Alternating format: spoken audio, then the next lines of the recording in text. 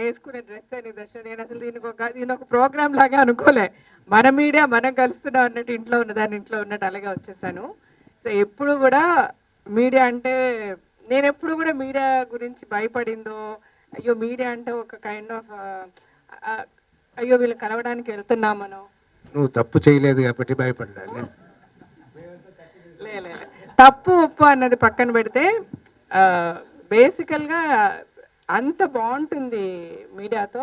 మాకు ఎప్పుడు ఇండస్ట్రీలో అడుగు పెట్టినప్పటి నుంచి తరంబ్రాల దగ్గర నుంచి బైకర్ వరకు కూడా ఎప్పుడు కూడా మీడియా మమ్మల్ని వేరేగా చూసింది లేదు, మమ్మల్ని ఎప్పుడూ కించపరిచింది లేదు. అలాగే మాకు ఏదైనా కావాలి వద్దని అనుకున్నా కూడా ఒక ఫోన్ కాల్ అవే, సార్ నేను ఒక ఇంటర్వ్యూలో ఇలా మాట్లాడేసాను నాకు ఇది వద్దంటే ఆ నెక్స్ట్ సెకండ్ అది రాదు. Thanks so much. నిజంగా నా మీద మా కుటుంబం మీద ఇంత ఒక లవ్ అండ్ ఎఫెక్షన్ మీరు ఎప్పుడు షవర్ చేస్తూనే ఉన్నారు. ఈరోజు మా ఇద్దరు డాటర్స్ యాక్ట్ చేస్తున్నారు. వాళ్ళ గురించి కూడా ఏ రోజు కూడా నేను మనం అంటే ఇప్పుడు మీడియా అనేది వెరీ అన్ఫార్చునేట్.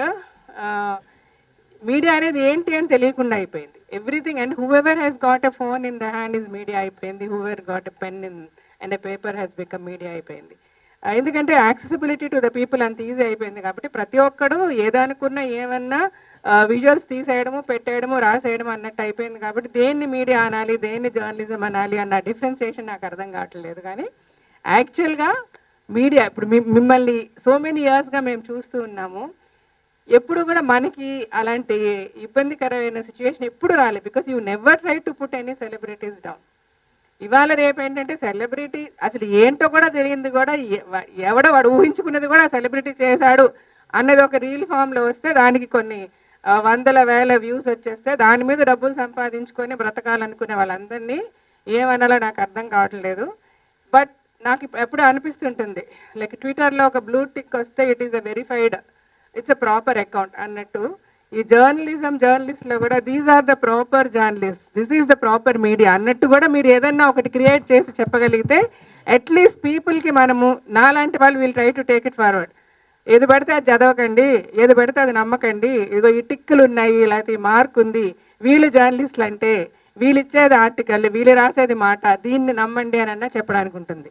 లేకపోతే ఇవాళ ఏమొస్తుందో తెలియదు, ఏమి నమ్మాలో తెలియదు జనాలకి. ప్రతి ఒక్కరు నమ్మేవాళ్ళు ఉన్నారు, నమ్మని వాళ్ళు కూడా ఉన్నారు. But from the bottom of my heart Suresh గారు ఫోన్ చేసి అంటే బైకర్ రిలీజ్ అయింది. బైకర్కి ముందు there was so much of ఆయనలో చాలా ఒక సఫరింగ్ ఉండింది. అరే నాకు ఒక మంచి మూవీ రావడం లేదు, మంచి క్యారెక్టర్ రావడం లేదు, నేను యాక్ట్ చేయాలి. నాట్ దట్ ఛాన్సెస్ రావని కాదు, రోజుకి 2-3 వస్తారు కథలు చెప్తారు, బట్ చేసే ఇది తనకి ఉండదు. సంథింగ్ టు ఇన్స్పైర్ హిమ్ అలాంటిది రావటం లేదే అని ఆయన చాలా రోజులు ఫీల్ అయిన డేస్ ఉన్నాయి. ఇది ఆయన స్టేజ్ మీద కూడా మాట్లాడారు ట్రైలర్ లాంచ్ అప్పుడు. అది కూడా మీడియాలో రకరకాలుగా సార్ రాజశేఖర్ గారు వేషాలు అడుక్కుంటున్నారు. అలా కాదు, అది రాజశేఖర్ గారు వేషాలు అడుక్కోవడం కాదు.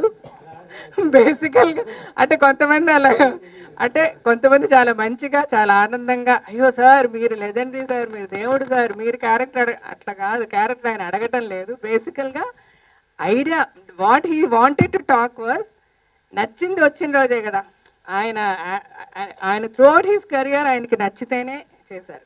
అది కొన్ని ఫెయిల్ అవ్వచ్చు, కొన్ని సక్సెస్ అవ్వచ్చు, బట్ స్టిల్ తన హార్ట్కి నచ్చిన క్యారెక్టర్ దొరకనంత వరకు తను చేయలేరు. అది దొరకనప్పుడు మనకు ఒక గ్యాప్ వస్తుంది, మన చేతుల్లో లేదు కదా. మనమే ప్రొడ్యూస్ చేసుకున్నా కూడా అది అవ్వకపోవచ్చు, హిట్ అవ్వకపోవచ్చు. సో అలాంటి ప్రాపర్ క్యారెక్టర్ స్టోరీ వచ్చిన రోజు హీస్ హ్యాపీ. అలాగ బైకర్ అనిపించింది, నేను చేశాను, అంత అప్రిసియేషన్ కూడా నాకు వచ్చింది. సో ఫ్యూచర్లో ఇలాగ మంచి క్యారెక్టర్స్ వస్తే డెఫినెట్గా నేను చేస్తాను. వెంటనే దిల్ రాజు గారు అదే స్టేజ్ మీద అయ్యో సార్ మీలాంటి వాళ్ళందరూ ఇలా చేస్తామంటే వీ విల్ క్రియేట్ క్యారెక్టర్స్, అయ్యో నేను చేస్తాను మీరు క్యారెక్టర్స్ క్రియేట్ చేయండి. ఈ కాంటెక్స్ట్లో మాట్లాడింది రకరకాలుగా వెళ్ళినప్పటికీ, బట్ అలా రాసినా కూడా అందరూ చాలా ప్రేమతో రీల్స్ పెట్టారు. సార్ మీరంటే మాకు ప్రాణం సార్, మీరంటే అది సార్ ఇది సార్, మీరు క్యారెక్టర్స్ అని అడగడం ఏంటి సార్ అని. Sir all said and done.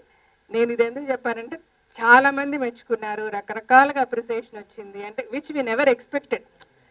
ఈ క్యారెక్టర్ బాగుంటుంది, డెఫినెట్గా ఆయనకి మంచి పేరు వస్తుంది అని నమ్మకం ఉండదు, కానీ ఇంత ఒక అప్రిసియేషన్ వస్తుందని నిజంగా ఈవెన్ వీ డిడ్ంట్ ఎక్స్పెక్ట్.